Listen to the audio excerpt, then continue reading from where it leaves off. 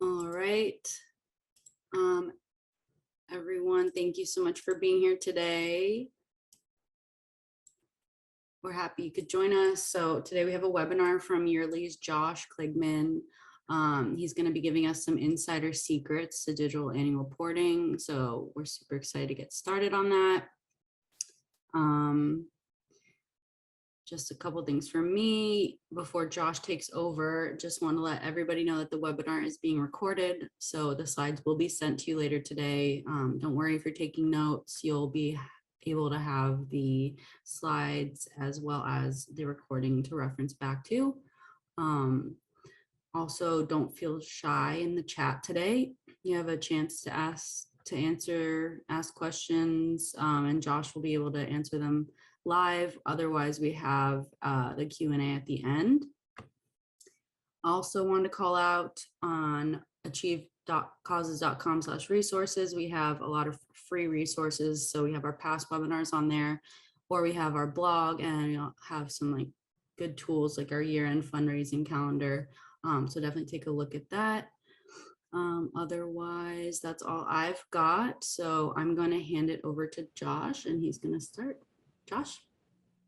All right, thanks. Well, I appreciate you having me, Sarah, and welcome to everybody from the world of Achieve. My name is Josh Kligman, and I'm going to put my name here in the chat just so you have it as a reference. And as Sarah mentioned, feel free to ask questions and interrupt as we go in the chat. If I don't see it, which I might not as I'm sharing my screen, Sarah, feel free to call them out, and we'll save some time for Q&A at the end. But I'm going to talk about secrets from the world of digital reports for nonprofits. So that means annual reports, impact reports, board reports, event recaps, you name it. And I like to do it through the lens of nonprofit storytelling, because when you're creating reports, especially annual reports and impact reports, you're really talking about telling a story to your stakeholders. And usually those main stakeholders are your board, volunteers, and of course donors.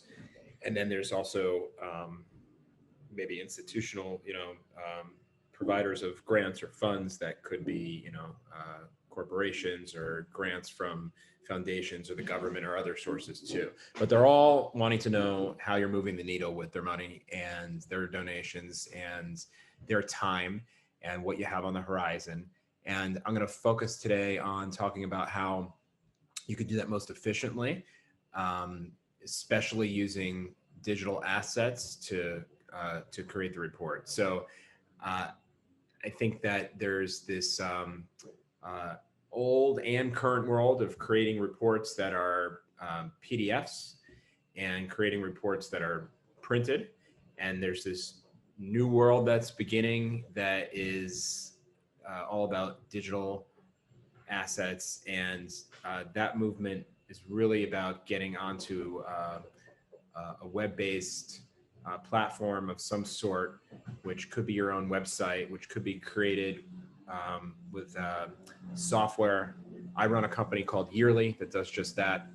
My background's in nonprofit marketing, and Yearly is a platform for nonprofits to create digital reports. Prior to Yearly, I spent a little over 10 years doing nonprofit marketing and brand work, working closely with the fundraising team at 4-H at their national office, and worked really closely as part of a field marketing team there for many years with local and regional organizations. So what that means is thinking about ways that I could help them connect their digital work with national brands. So keeping your own kind of brand in terms of colors and looks and feels, and maybe even fonts in mind while creating digital reports and connecting that to your other work, I think is part of that storytelling. So what I like to do is kind of cut to the chase and talk to you about 5 things that that I think are important when creating digital reports, that we're going to go into detail later, but kind of frame up for you what that's going to look like. So the first thing is getting really detailed with the stories that you're telling. I like to call that being family oriented in terms of relating the stories that you're telling to the work that your nonprofit is doing. And that ties closely to letting um, letting yourself find characters that can be the lead for programs that you have out there that your audience can relate to, that have to do with the programs that you're running. And we'll get into those details. Also creating moments that the people reading your reports, all your stakeholders, are going to remember. One thing you can do with digital versus a piece of paper or even a PDF is have social media and have video of all types and shapes and sizes embedded into your report so that your reports become more engaging and so that your reports become interactive. I think that this concept of long format articles and a lot of copy within reports is something that worked well for printed versions, but consumers of all types are used to websites being a little bit more digestible with short format stories that are being told. So we'll talk about, and I'll show you about 6 examples of organizations that we've seen that do a good job of shorter format stories, or at least shorter format copy, to help tell that story.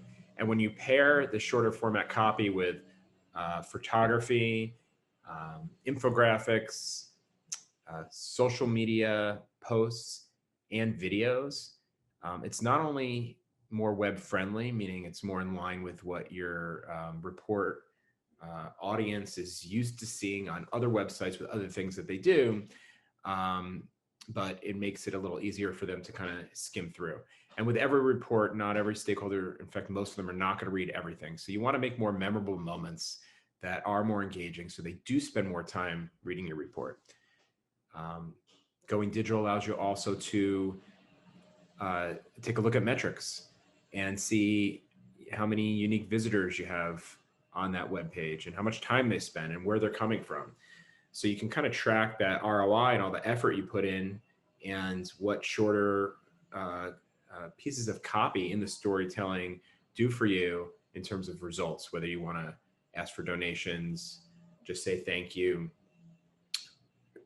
ask for more volunteer time, etc. I think that within that opportunity to create shorter reports, shorter copy within the stories that you're telling, also gives you an opportunity to link out to longer format versions of that. So you may be telling a story about new playground equipment that you put into your community, and we'll get into some deeper examples along those lines soon.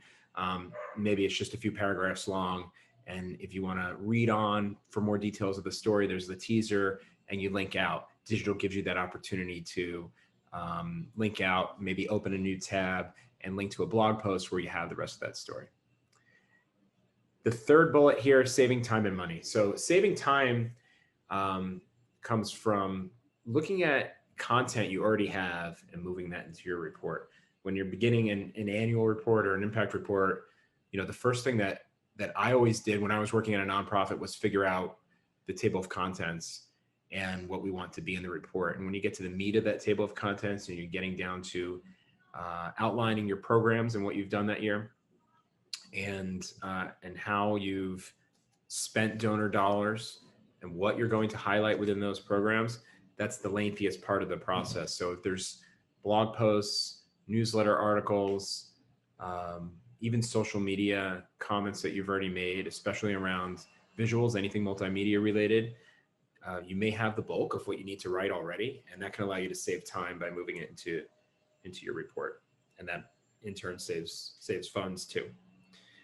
We'll also share a lot of great examples of what it looks like chronologically as someone's building a digital report. The first being some sort of welcome letter from an executive director, the head of a board, followed by what it looks like to embed different pieces of the storytelling with examples I mentioned from multimedia like social media or video. And then we'll talk a little bit more about the tracking. So I like to say it's all about the storytelling that helps drive the digital reports. Telling the story behind your program, and I have an example here that I like to think about from the Hillel organization, which is a federated model. There's Hillels on college campuses around the country. It's a Jewish organization that connects students on a campus with Jewish culture.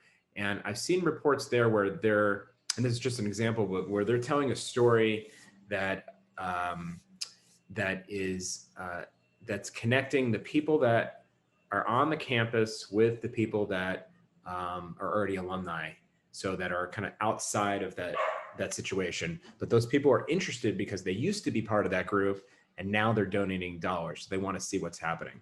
So I mentioned new playground equipment earlier. I think that's a relevant example here as well, because there's this concept of finding a lead character that you could put into your storytelling that everyone can kind of rally around emotionally and connect to. And that has to do with showing instead of telling. So let's say you're a nonprofit that put new playground equipment into your community. You could simply take the time in your annual report and show a picture of that playground equipment and say, with your donor dollars, we put in this equipment. You could also take the route of showing it in action instead, and that means finding the child in your community that uses that playground equipment and tell their personal story. This is where I see a closer emotional connection be more effective with engaging the audience. So let's say that child's name is Cindy, and you could talk about what Cindy did before that playground equipment was there, and now that playground equipment is there thanks to funds that you raised, and a specific program that you're working on for your organization. And what does Cindy do now? Cindy uses that playground equipment, and what does that do for her? And it's your donor dollars that made that happen. And then you have a picture of Cindy on the swings at the playground, and I think that perspective is showing instead of just telling what the result is. And I've seen that done well with this example I have on this, I just kind of reference on the screen here from the Hill organizations, but in that other example that I made up about the playgrounds, I think that helps connect with your audience a little more. And that can start right away with a letter from the executive director at the top of a report. And we'll get into the examples soon as I share different tabs on my screen. So the second item here about what makes a great digital report is about this is about what I said before, combining the text that you're writing with the photos and the video and social media. I'll show you near the end of our time here what that looks like visually within a dashboard using the software that I work with Yearly, just so you can have a sense of what that's like to build. And that could really be done with any type of platform that you use. Third item here in terms of what makes a great digital report is to think about that outline. So I mentioned the table of contents is the first thing that I like to create when I'm putting together a report. Typically what we see is that opening letter. With digital, there is this really creative idea of being able to use a video.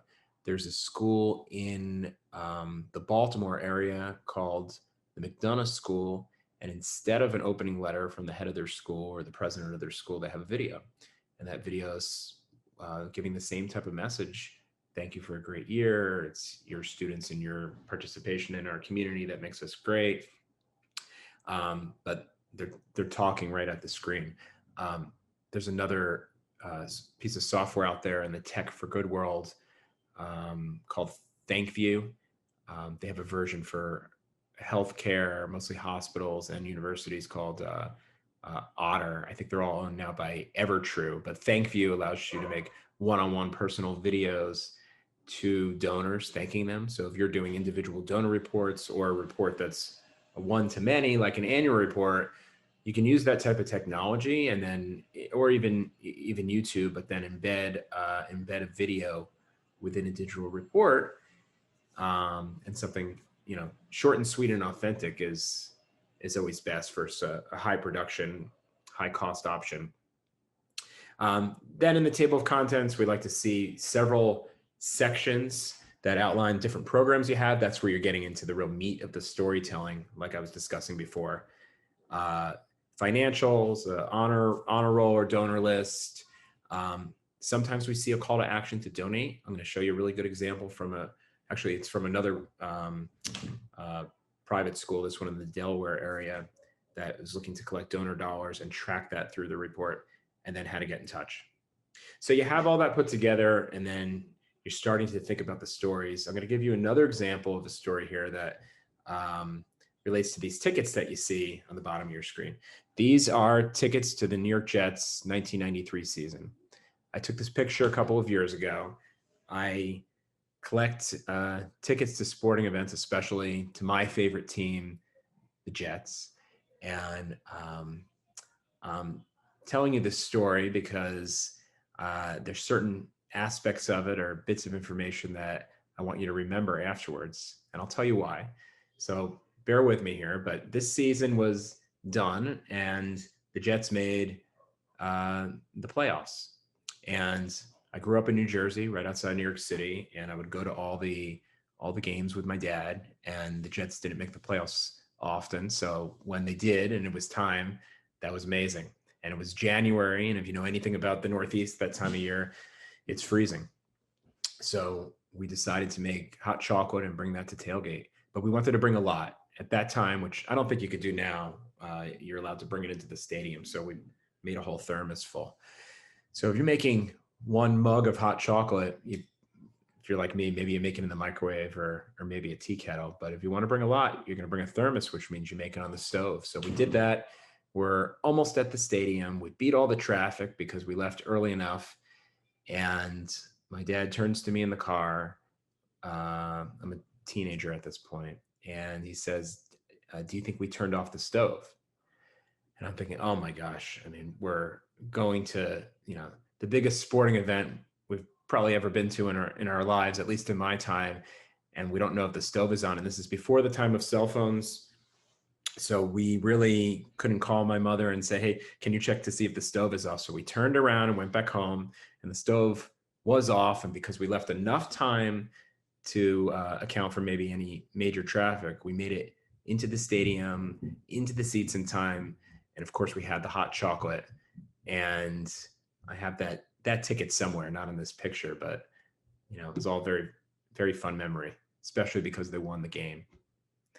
So I tell you that story because that is a story that I think has a tighter emotional connection than if I just mentioned that these are tickets to collect and I love going to games. And I did that because if I'm telling a story, I wanted to pick a kind of a fun, different story that's not connected to nonprofits, but you can relate this to the stories that you're telling about how you're impacting your community. Because if I'm telling a story to stakeholders, I want to find an angle, sort of like what I told you about that playground example, an angle that has an emotional connection to you as the audience and has memorable moments. Those memorable moments are kind of the nuggets that you might remember in 6 months from now, a year from now, about the brands, right? You might not remember the details of these 3 points listed on the top of your screen about what makes a great digital report, but it's the storytelling that you'll connect to later. And I think going with that type of angle or going deeper with the stories is what I guess many of your stakeholders, but especially donors, might connect even subliminally when it comes time to give. And there's a science behind it too. As you're sitting there watching this and listening to me, your phone's probably dinging, your doorbell might be ringing, mine might also, and there's a lot of distractions. And it's that same concept of your audience fighting for their time when there's lots of quote unquote competing other charities, nonprofits, associations that that are buying for their time. Same idea of anybody advertising, and there's competing ads, and everything else that's busy in someone's life is competing for the time that you are.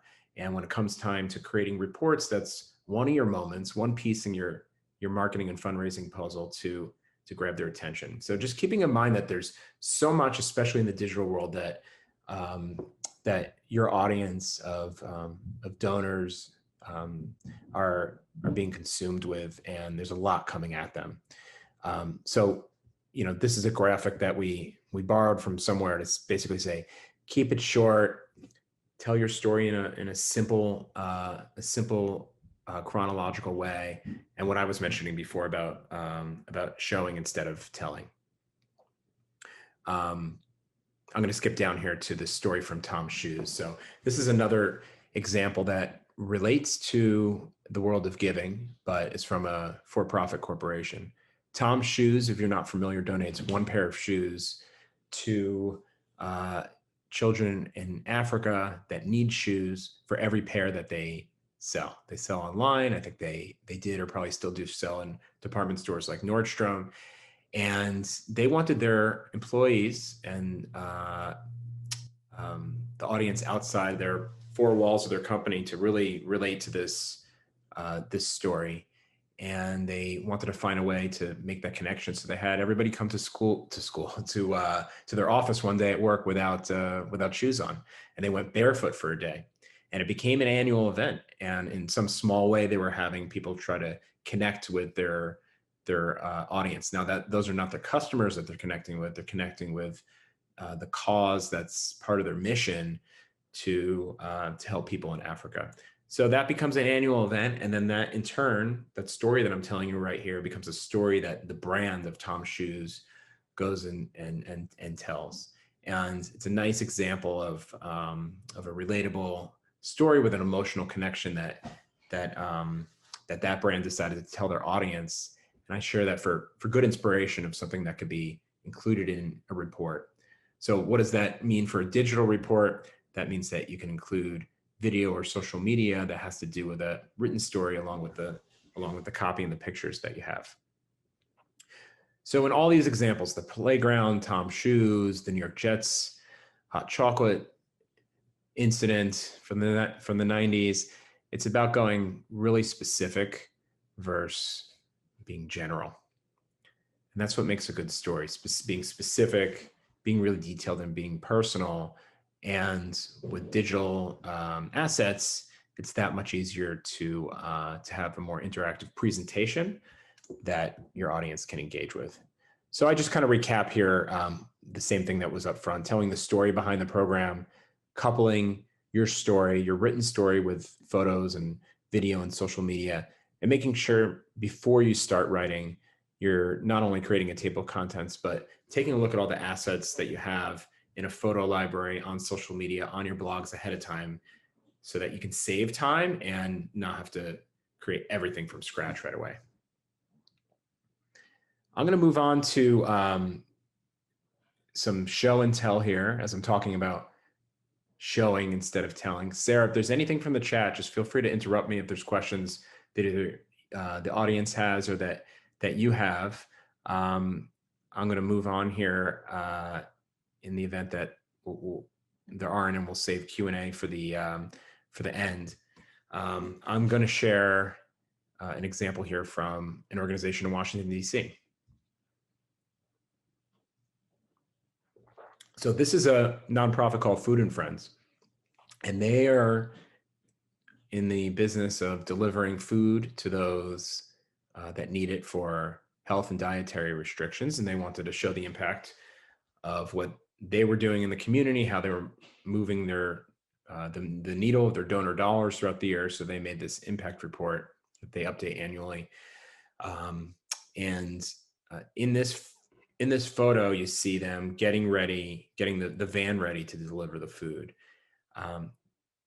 It's a great start to report. This is the cover page, by the way, and it's a great start because you have a really clear image, and it's simple, and you can see what's going on. And I talked before about having lead characters that are being affected by the stories. About the impact that you're making. And while these aren't the recipients of the food, these are volunteers or staff members that are showing that they're en route to taking this food to someone, and their audience clearly gets that.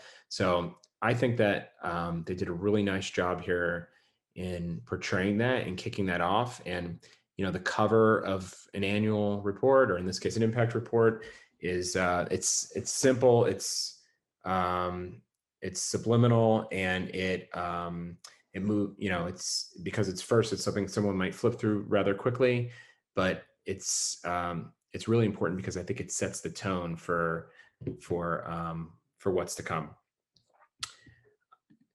I'll show you an example here of what usually comes next. So, in a digital report, one thing you could do is really create a nice table of contents.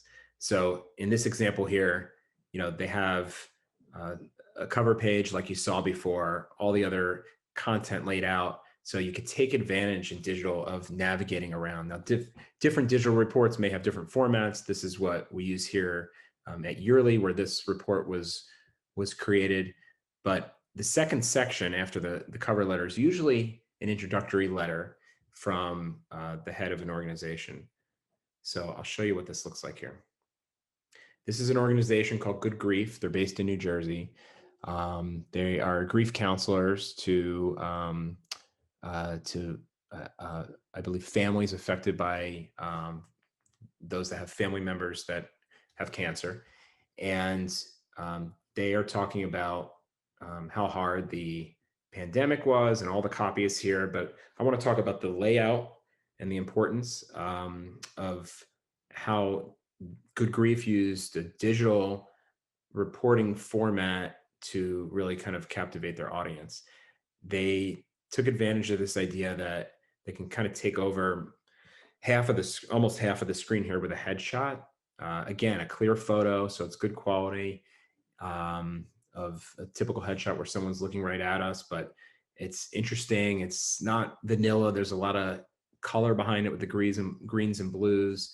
And then from a layout perspective, it's really simple. I mean, yeah, you have the table of contents on the left, but you have, basically half the screen with the photo and half with the copy. And you notice that the Dear Good Grief community copy is green. So that's one of their brand colors. And with digital, they were, very easily and simply able to connect their brand colors and their font actually back to the other same colors and fonts that they use in other digital marketing and fundraising pieces. So they have created the ability to kind of scroll down one side while the photo stays the same, and then it moved on to the next chapter. So they just did a nice job teeing up the rest of the report. And here's an example from an organization in DC called the Henry M. Jackson Foundation that did something similar, but they used video instead. So they started this entire section saying welcome, and instead of a letter, they just kind of have a header here, and they did put a headshot in, but then they embedded, I think this is from YouTube, let's see. They embedded this YouTube video in this space to talk about what a great year it was. Thank you for your participation. Here's what you can expect in our report. And this one is a little more than 3 minutes long. So what they were able to do is talk about some of the programs that happened. So it's a nice, engaging way to kick off a report, something that only a digital report or a website can do. And it looks like the production value of this one's really great. The CEO is standing behind a green screen. They worked with editors to create the rest of the report, and I think that's great. I'm going to show you a lower cost version of that in a second here, but I think they did a nice job. And very similarly, that's done, and then they moved on to the next piece of the table of contents.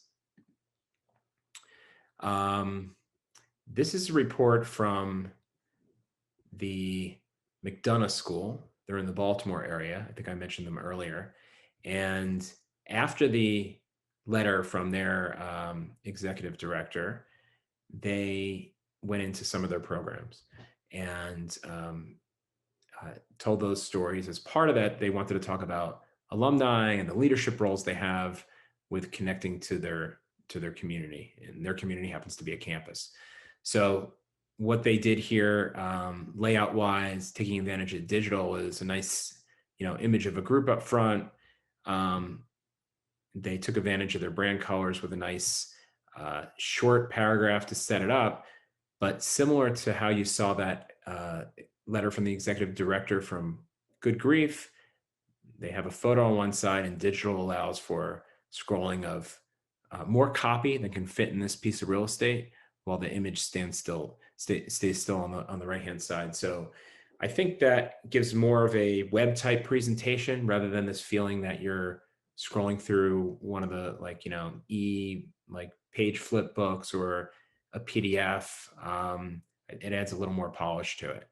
And then they go into some big bold metrics um, and have quotes, and then rinse and repeat. Like that was their layout, and they repeated it with another alumni that they wanted to call out, etc., and onwards. I'm going to move to another example here. This one from a youth development organization called Ubongo that's based in Africa. And they were telling a story too, but their story is done by video, and a video that they already had. So they wanted to tell a story about why they help kids. So their entire section starts off with that image and that message, and they go right into a video. They didn't waste any time. So since this is a video that they already had, they did not create this for the annual report. They use this for many other purposes. So they were able to save time by taking an existing video and let that be the lead in telling their story. Now they have a lot of other sections you can see in their table of content. So there's plenty of other stories and case studies here about their work in youth development that they have. But they had a goal to make a long, very comprehensive report. It's not necessary. You can let the assets that you already have do a lot of that talking, and this is a nice example of it all coming together. So let's look at another example. This one comes from an organization in Delaware that wanted to say thank you, but they also wanted to collect donations. So this is another great way to take advantage of digital, where it's almost like there's real estate for, this is somewhat of like an ad or a banner within the middle of their report saying thank you for making an impact. But if you notice, my mouse here on the screen is hyperlinked. This is going to take you to a place where you can make a donation if you want to give again or give for the first time. So what digital enables you to do is click here, would open a new tab and take you to your existing donation location. So if you use a company like there's software called Give Butter, and Give Butter accepts donations, you can actually take their embed code and place that right within a digital report. I know you can do that with our software at Yearly, and then within this real estate, have a donation form that is not connected to a platform like Yearly. It's going to your existing way that you collect donations. You're just making it easier for your users by embedding it, or link out to another tab. But the idea there, besides the raising funds, is to be able to track it as well. So you can say, well, we sent out our annual report on September 1st, and we used our CRM to send out the report. And within 2 weeks, we saw a big spike in donations, and maybe you didn't have any other channels where you were collecting individual donations at the time. So you could contribute that time period of those 2 weeks to the annual report, and all the efforts you did for the report and time and money you put into it are resulting in whatever that call to action is that you're asking, in this case, donating.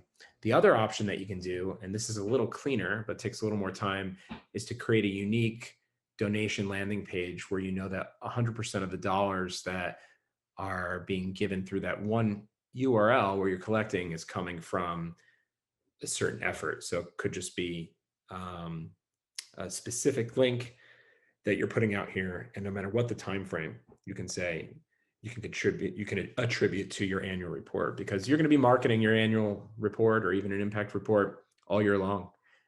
In Montgomery County, Maryland, there's a family services county government agency outside DC that does a monthly newsletter. I mean, if you were as a report, because they like the idea of table of contents, and it works for them. So if there's something that's not an annual type report that you're sending out with more frequency, and you want to look for donations, or even if you want to link out to a form for volunteers to sign up for something, that's something where you may want to have more robust tracking, so you know where all your results are coming from in terms of the efforts that you're putting in. So I just want to show you what the dashboard looks like here within Yearly when someone's creating a report. So some of those letters from executive directors are coming from templates where you're just dropping in headshots and dropping in copy. And if you want to learn more about this, happy to share that at another time. So I hope that helped everybody get some tangible examples and some good first steps that you could take when you're thinking about table of contents and thinking about creating reports more efficiently in terms of speeding up the time, and then getting really deep into the storytelling angles that you can take. If you were to take one thing away from this, I would think it's about showing instead of telling. Anytime I write anything, I am always trying to bring that to the front of my mind, which is why I included that examples about the Jets tickets and give examples like that. So, Sarah, I hope that's helpful. Yeah, I have a couple questions. I don't know. What do you suggest for an organization that might not have a lot of organic content like photos and video? Yeah, well, it depends on how much time you have until you need to put out a report. If you don't have anything right now, there is ways you can ask for user-generated content from your audience, but if you haven't been collecting it to date, I know that's a big mountain to climb to start. So I think stock for photography is just fine. At Yearly, we have an integration with unsplash.com, which has millions of royalty-free images that you can use. So I think it's perfectly fine to include that type of royalty-free stock imagery that doesn't cost anything into your reports, so that you can tell your story, because you're going to want to have images, and if you don't have any, stock would be a great way to go. Gotcha. Yeah. Do you think that all organizations could benefit from doing only digital reports, or do you suggest a lot of time maybe traditional could work in conjunction?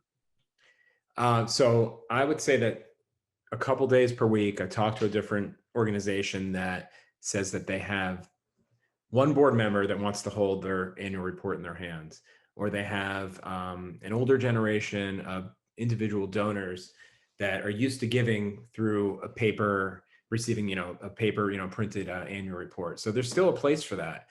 One thing you can do is, and we allow this, is just easily convert a digital report into a PDF, so that you can have both options.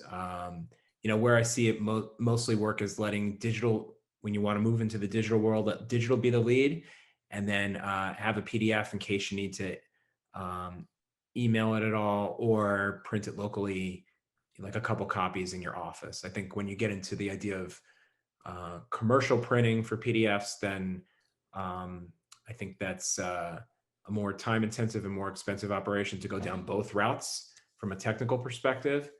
So letting digital be the lead is a good way to transition into like that next phase of moving towards digital, but maybe you're not cutting out the PDFs completely. Great. Yeah. And then my last question, what is your opinion on infographics? I think it's great. I think that they have a nice, concise way of letting lots of metrics that you have tell the story very concisely. So as I was talking about kind of cutting down on the length of stories and letting different types of multimedia work together to tell a story, infographics do the same thing. I see them in lots of different reports. And, with digital, I think there's two ways to make them. Number one is you're creating them, with a graphic designer, and you're doing that on the side, and then you have a whole image, and you take that image, let's say it's a JPEG, and then you're uploading it or dropping it into your digital report on this microsite that you're building for the report, or you just build it right within the report and do something simpler, meaning let's say you said we gave out 4,000 meals this year to those in need. you would just say 4,000 meals typed out with a big white bolded copy, and then a color background that matches the color of your brand, the simpler version of that. And you can have tiles of that around. So I've seen both ways done. It's just a matter of time and budget and interest. But yeah, I think it's a huge part of the storytelling that you can pepper throughout. Great. I agree. I love a good infographic. Yeah, yeah, they look really nice. I mean, I've seen lots of examples of out there of especially on impact reports. Mm, Yeah. yeah. All right. Any other questions from our chat over here? Any questions for Josh? Well, I'll just say if anybody wanted to learn more, we have a special offer from Yearly for this audience today.